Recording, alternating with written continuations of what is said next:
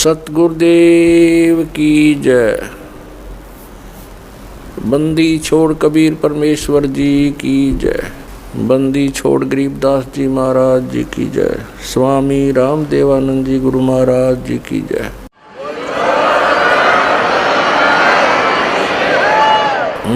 गरीब नमो नमो सतपुरुष को नमस्कार गुरु की नहीं। सुर नर मुनि जन साधुआं संतों सर्वस दी नहीं। सतगुरु साहिब संत सब दंडोतम प्रणाम। आगे पीछे मध हुए तिनको जहाँ कुर्बान। नराकार निर्विषम काल जाल वैभंजनम निर्लेपम निज निर्गुणम अकल अनुबेशुंदुनम। सोहम सुरति समाप्तम सकल समाना निर्तल। उज्ज्वल हीरंबर हरदमम वे परवा अथा है वार पार नहीं मध्यतम। ग्रीव जो सुमर सिद्ध होई गणनायक गलता ना करो अनुग्रह सोई। पारस पद परवाना आदि गणेश मनाऊं गणनायक देवन देवा। चरण कमल लाऊं आदंत करूं सेवा। परम शक्ति संगीतम रिद्धि सिद्धिदाता सोई। अवगत गुण अतीतम सतपुरुष निर्मोही। जगदम्बा जगदीशम मंगल रूप मुरारी। तन मन अर्पों शीसम भक्ति मुक्ति भंडारी। सुर नर मुनि जन ध्यावे ब्रह्मा विष्णु महेशा। शेष शेष मुख गावे पूजय आदि गणेशा। इंद्र कुबेर सरीखा वरुण धर्म राय ध्यावे।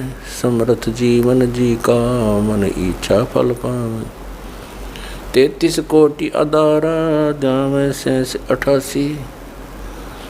उत्तर बहुजल पारा कट है यम की फांसी। 33 कोटि अदारा ध्यावे शेष 88। उत्तर बहुजल पारा कट है यम की फांसी।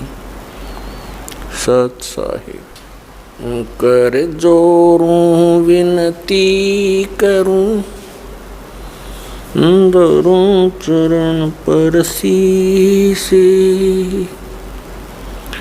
गुरु जी राम देवानंद जी महाराज ने दियो नाम बख्शीश। कोटि कोटि सिजदा करूं कोटि कोटि प्रणाम। चरण कमल में राखियो मैं बंदी जाम गुलाम। कुत्ता हूँ गुरुदेव का रामपाल दास का नाम। गले प्रेम की जेवड़ी जाखें चोहा जाऊं। तो करो तो बावड़ो दूर दूर करो तो जाऊं। जो राखो तो ही रहूं जो देवो सुख। परम पिता परमात्मा पूर्ण ब्रह्म सारी सृष्टि के रचनहार कुल मालिक कबीर देव कबीर साहब अल्लाहु अकबर जी की असीम कृपा से आप पुण्यात्माएं सत्संग सुनने के लिए उपस्थित हुए। सत्संग का उद्देश्य होता है कि इस भूले हुए प्राणी को परमात्मा की याद ताज़ा की जाए। सत्संग के अंदर ज्ञान कराया जाता है कि मनुष्य जीवन किस लिए प्राप्त हुआ। मानव जीवन का मूल उद्देश्य क्या है। तो उसमें याद दिलाया जाता है कि महापुरुषों की वाणी प्रमाण के अंदर ली जाती है और वो अमर वाणी जो परमात्मा स्वयं आकर के यथार्थ ज्ञान हमें सुनाते हैं, जिसको गीता जी अध्याय नंबर 4 के श्लोक 32 में सच्चिदानंद घन ब्रह्म की वाणी कहा है, कबीर वाणी कहा है, वो अमर वाणी परमात्मा स्वयं सुनाते हैं अपने मुख कमल से।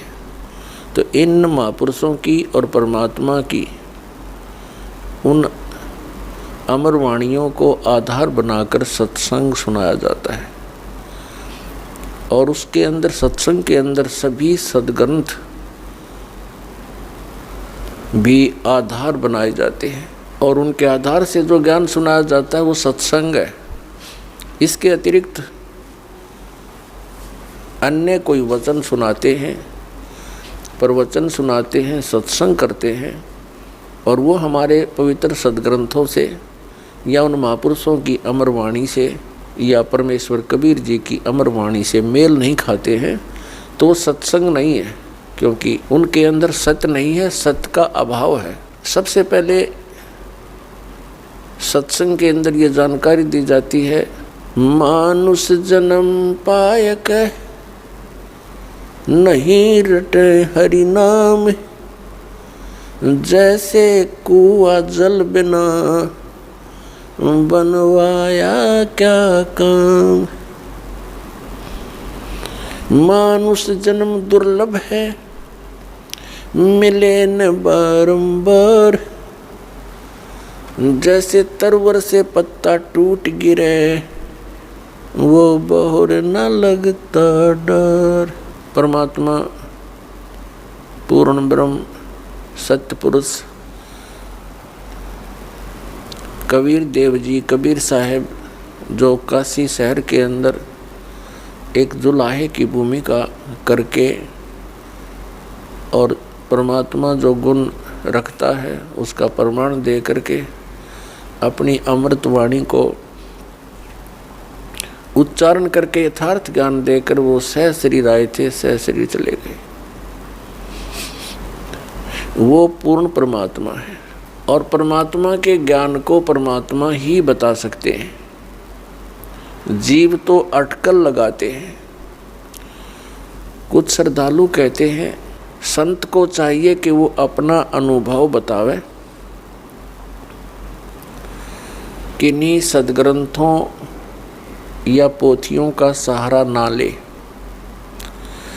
ऐसे विचार रखने वाले व्यक्तियों का ये भी मानना होता है कि सभी जितने भी ग्रंथ हैं ये मानव की रचनाएं हैं, उनका अपना अनुभव है। पुण्यात्माओं, ये सब अज्ञान आधार से ही प्राणी बोल सकता है, और इस अज्ञान को हटाने के लिए सत्संग की आवश्यकता पड़ती है। जैसे देश का संविधान होता है, वो भी एक पुस्तक है और वो भी एक मानव ने लिखी है। आपकी बात बड़ी करके चले, और कोई अन्य मानव अपने सतर का और विधान बनाकर लिख दे और छपवा दे और बांट दे, तो उसकी क्या वैल्यू है, क्या यूज है, क्या लाभ हुआ उसका? वो व्यर्थ है। इसी प्रकार परमात्मा के विधान को लिखने वाला भले ही कोई मानव है, जैसे श्री वेद व्यास जी और श्री धर्मदास जी और श्री गोपाल दास जी, लिखने वाले मानव हैं, लेकिन वो संविधान परमात्मा का है, और उस विधान के अनुसार जिसके वचन नहीं है, उस संविधान यानी परमात्मा के विधान ज्ञान अनुसार किसी अन्य व्यक्ति, ऋषि महर्षि या किसी संत मंडलेश्वर महंत की वो पुस्तक परमात्मा के विधान से मेल नहीं खाती है, तो व्यर्थ है। दूसरी बात रही कि संत को चाहिए कि वो अपना अनुभव बतावे, पुस्तकों का आधार ना माने। ये भी एक बालक के विचार हो सकते हैं जिसने कभी विद्यालय देखा ही ना हो। जैसे टीचर होते हैं, विद्यालय में पढ़ाते हैं अध्यापक, उनका एक निर्धारित पाठ्यक्रम होता है, सिलेबस कहते हैं उसको। और जो टीचर सिलेबस से बाहर ज्ञान देता है और सिलेबस के अनुसार ज्ञान नहीं देता है, वो भले ही उसको पढ़कर सुनावे या उसको याद करके वैसे सुनावे। वचन वही होने चाहिए जो पाठ्यक्रम की पुस्तकों में विद्यमान है। तो वो टीचर ठीक है, हितैषी है। और जो उन पाठ्यक्रम की पुस्तकों से हटकर अपनी कोई अन्य बकवाद सुनाता है तो वो टीचर ठीक नहीं। अब जैसे परमात्मा की जानकारी परमात्मा ने आकर बता दी और उन्होंने ये भी ज्ञान दे दिया कि तुम ऐसे ऐसे करो जिस कारण से तुम वहाँ उस स्थान को प्राप्त कर लोगे जहाँ जाने के बाद फिर लौटकर संसार में कभी नहीं आना पड़ता। उसको पूर्ण मोक्ष कहते हैं। अब परमात्मा के दर्शन मात्र से, कोई कहते हैं कि भगवान के दर्शन हो जाए तो कल्याण हो जाता है। परमात्मा के दर्शन बहुत अच्छी बात है, बड़े पुण्यकर्मी प्राणी को ही हो सकते हैं, लेकिन परमात्मा के दर्शन से कल्याण मोक्ष नहीं होगा। परमात्मा ने आकर के जो ज्ञान दिया है उसके अनुसार भक्ति साधना, नाम की कमाई, यज्ञ हवन जो भी जानकारी दी है उनके करने से मोक्ष होगा। उदाहरण के लिए जैसे पवित्र हिंदू धर्म के अंदर हम मानते रहे और मानते हैं जब तक ये ज्ञान नहीं होता कि भगवान शिव जी और उनकी धर्मपत्नी पार्वती जी इकट्ठे ही रहते थे एक ही परिवार में, और सबसे ज़्यादा दर्शन पार्वती ही किया करती थी। लेकिन कल्याण नहीं हुआ। कल्याण हुआ उसका जब उनको भगवान शिव ने वो मंत्र दिया और पार्वती जी ने जाप किया, तब उनका उतना कल्याण हुआ जितना भगवान शंकर जी के द्वारा दिए गए मंत्र से होना है। लेकिन वो कंप्लीट मोक्ष नहीं है। फिर भी जो विषय है उसी से चलते हैं। कहने का भाव ये है कि भगवान के दर्शन पुण्यकर्मी प्राणी को ही होते हैं, लेकिन संत जो बताते हैं, परमात्मा जो ज्ञान देकर जाते हैं, उसके अनुसार साधना करने से ही मोक्ष होगा। नाम की कमाई करनी पड़ेगी। कुछ एक ऐसे सिरफरे संत हैं, वो ये कहते हैं नाम की कमाई कुछ काम नहीं करे, नाम का जाप करने की कोई आवश्यकता नहीं, सतगुरु पार कर देगा। वो टीचर नहीं, वो दुश्मन है विद्यार्थियों का, जो विद्यार्थियों को ये कहता है कि तुमने पढ़ने की आवश्यकता नहीं, टीचर पास कर देगा। और ये अपने आप में संत भी कहते हैं और श्रद्धालु इनके पास भी इकट्ठे होकर के संत मान करके इनके गुणगान करते हैं, इनके विचार सुनते हैं, फॉलोअर बन जाते हैं। इसका कारण क्या है कि हमें बिल्कुल ज्ञान नहीं अध्यात्म का, और जब तक हमें अध्यात्म ज्ञान नहीं होगा ये संत हमारा ऐसे ही एंडोला बनाए रखेंगे। किसी ने 4 अटपट बातें अलग से कर दी, हमने ऐसा लगेगा कि ये पूर्ण संत है। तो दास का उद्देश्य है कि आप जी को अध्यात्म ज्ञान से इतना परिचित करवा दूं कि आप किसी से भ्रमित ना हो सकें। नाम दे देना ये तो आसान सी बात है, उसका आपने सिमरण करना है, बहुत अच्छी बात है। लेकिन बने बनाए काम ने बिगाड़ दे कोई सिर फिरा के कि वो संत पूर्ण है, वो ऐसा बताता है, वो ऐसा करता है। तो आप जी उनको इस ज्ञान के आधार से अपने सतर से ही रिजेक्ट कर दो कि नहीं, आप भ्रमित हैं, आप जी को ज्ञान नहीं। तो पुण्यात्माओं, अपना अनुभव बताना अच्छी बात है, लेकिन वो अनुभव उन सदग्रंथों से मेल खाता हो। जैसे एक थ्योरी होती है, जैसे बच्चे प्रैक्टिकल करते हैं लैब में, तो प्रैक्टिकल करने से पहले उनको एक लिखित विधान, उसकी प्रक्रिया दी जाती है। फिर बच्चे उनको पढ़ते हैं कि कौन सी कैसे कैसे करना है, उसको पढ़कर फिर वो प्रैक्टिकल करते हैं। तो ये ज्ञान जो है ये एक थ्योरी है, यानी ये लिखित जानकारी है जो प्रैक्टिकल हम करने जा रहे हैं। जिनकी थ्योरी ही गलत है तो प्रैक्टिकल भी ऑटोमेटिकली गलत होगा। तो हमारे जो सदग्रंथ है ये हमारी थ्योरी है और परमात्मा के जो साधन उसमें वर्णित है वो करना हमारा प्रैक्टिकल है। फिर उनके करने से जो उपलब्धि होगी वो भी सदग्रंथों में लिखा हुआ है। फिर वो बताने की आवश्यकता कैसे पड़ेगी, अपना अनुभव बताओ।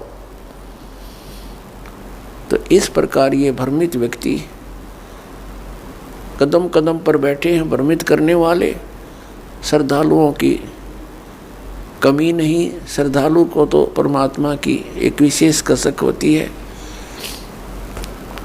और वे परमात्मा के लिए भटक रहे हैं। आत्मा जब से मालिक से बिछुड़ी है, इसको उसी समय से उसकी आवश्यकता महसूस हो गई थी। जिस भक्त आत्मा ने सृष्टि रचना सुन रखी है तो उनको ज्ञान है कि पहले तो हम अपनी स्वेच्छा से इस काल भगवान के साथ लग गए और भगवान से विमुख हो गए। और जिसमें ये प्रकृति दुर्गा देवी जी इस काल भगवान के पास छोड़ी गई, उसी समय से इस काल ने हमारे साथ दुर्व्यवहार प्रारंभ कर दिया और उसी दिन से और आज तक हमें सिवाय परेशानी के यहाँ कुछ नहीं मिला। तो उसी समय इसको महसूस हो गया था, इस दुर्गा को पुकार की थी, भगवान मुझे बचा ले। अपने पैर पे कुआड़ा मार के हम यहाँ आए हैं और पुकार करते हैं भगवान बचा ले। अभी तक हम उस भगवान से प्रार्थना करते रहे जो हमें दुखी तो कर सकता है, सुखी नहीं कर सकता। वो कौन है? ये ब्रह्म है, ज्योति निरंजन काल है, जिसके लोक में हम यहाँ रह रहे हैं। और इसके 3 पुत्र हैं, रजगुण श्री ब्रह्मा जी, सतगुण श्री विष्णु जी और तमगुण श्री शिव जी। हम इनसे भी अर्ज करते हैं हमारी रक्षा करो। ये अपनी रक्षा नहीं कर सकते क्योंकि ये सक्षम नहीं है, ये समर्थ नहीं है। ये भी अपने कर्म के दंड को ही भोगते हैं। इनको इतना ही अधिकार दिया हुआ है कि जो जैसे कर्म करेगा वैसा ही फल तुम दे सकते हो, इससे हटकर आप कुछ नहीं कर सकते। ये केवल हमें अपना किया कर्म ही दे सकते हैं और ये काल भगवान के अधीन हैं, ये विवश हैं और अपने ही ये भाई बहन हैं। इनकी पिछले पुण्य कर्म अधिक है, इनको उच्च पोस्ट प्राप्त मिल गई इस ब्रह्मांड की। लेकिन ये आपके साथी हैं, दुश्मन नहीं। लेकिन ये विवश हैं, इस काल भगवान के संकेत के बगैर ये कुछ नहीं कर सकते और इनको केवल जैसा कर्म प्राणी करता है वैसा ही फल देने का ही अधिकार है। इसे हटकर नहीं, ना ये किसी को सुखी कर सकते और ना ये किसी को दुखी कर सकते। इनसे हटकर जो और अन्य देवता हैं उनकी तो बात ही छोड़ो। तो कहने का भाव ये है कि जब से हम भगवान से बिछड़े हैं, संकटों को झेल रहे हैं, महाकष्ट उठा रहे हैं और ऐसे ही तड़प तड़प कर हम शरीर त्याग जाते हैं और हम भगवान से पुकारते भी रहते हैं, सुनाई बिल्कुल नहीं होती। जो कष्ट आना है आ ही जाता है। तो हम किस भगवान से पुकार करते हैं जो सुख दे ही नहीं सकते, और जो भगवान हमें सुख दे सकता है हमारे प्रारब्ध के अंदर यानी किस्मत में लिखे हुए पापों को नाश कर सकता है, क्योंकि पापों के नाश होने से ही सुख हो सकता है जीव को। तो उसकी हमें जानकारी नहीं, उसका ज्ञान नहीं, क्योंकि इस काल ने अपने बहुत से एजेंट तैयार कर रखे हैं जो संत कहलाते हैं, महंत कहलाते हैं। मंडलेश्वर आचार्य और शंकराचार्य कहलाते हैं। इन्होंने पूरे मानव को भ्रमित कर दिया और साथ में ये काजी और मुल्ला और पीर और ये ईसाई धर्म के फादर, ये सब भ्रमित हैं। इनको किसी को भी अध्यात्म पूर्ण ज्ञान नहीं। ये सब काल के एजेंट हैं, इस ब्रह्म के ही पुजारी हैं। और हमने पूजा करनी है परम अक्षर ब्रह्म की। वो परम अक्षर ब्रह्म ही सब पापों को नाश कर सकता है। और जब तक पाप नाश नहीं होगा जीव सुखी नहीं हो सकता। तो पुण्यात्माओं, सत्संग के अंदर सर्वप्रथम तो ये याद दिलाई जाती है कि मनुष्य जीवन किस लिए प्राप्त होता है। फिर मनुष्य जीवन के कार्य का वास्तविक ज्ञान हो जाता है कि हमने क्या करना चाहिए। इससे मोक्ष प्राप्ति का प्रयत्न करना चाहिए। कल्याण के लिए सबसे अधिक प्रयत्न करना चाहिए। तो उसके बाद आवश्यकता पड़ती है कि गुरु पूरा हो। तो गुरु पूरे से फिर आपका काम चलेगा। इसमें मुख्य ये दो कड़ी होती हैं। प्रथम, पूर्ण संत की प्राप्ति होने पर ही आपको सत्संग प्राप्त होगा और सत्संग से ये ज्ञान होगा कि मनुष्य जीवन किस लिए मिला था। तो फिर आपका कल्याण बहुत आसानी से हो जाएगा। तो पुण्यात्माओं, संपूर्ण अध्यात्म ज्ञान है ये पूर्ण संत ही बता सकता है। अब जैसे परमात्मा ने कहा है कि मानुष जन्म पाय कर नहीं रटे हरि नाम, जैसे कुआ जल बिना बनवाया क्या काम। परमात्मा ने मनुष्य जीवन की आवश्यकता कितनी बताई है कि जो व्यक्ति, जो प्राणी मनुष्य जीवन प्राप्त करके परमात्मा का नाम जाप नहीं करता, उसकी भक्ति साधना नहीं करता, वो तो ऐसा है जैसा जल रहित कूप होता है, वेल विदाउट वाटर, बिना पानी का कुआं। उसका नाम कूप अवश्य है जिसमें जल नहीं, लेकिन गुण कूप के नहीं है। ठीक इसी प्रकार जो व्यक्ति परमात्मा की भक्ति नहीं करते तो वो ऐसे हैं जैसे जल रहित कूप। उसका नाम मनुष्य अवश्य है लेकिन गुण मनुष्य के नहीं हो सकते। उसके लिए सत्संग की आवश्यकता पड़ती है।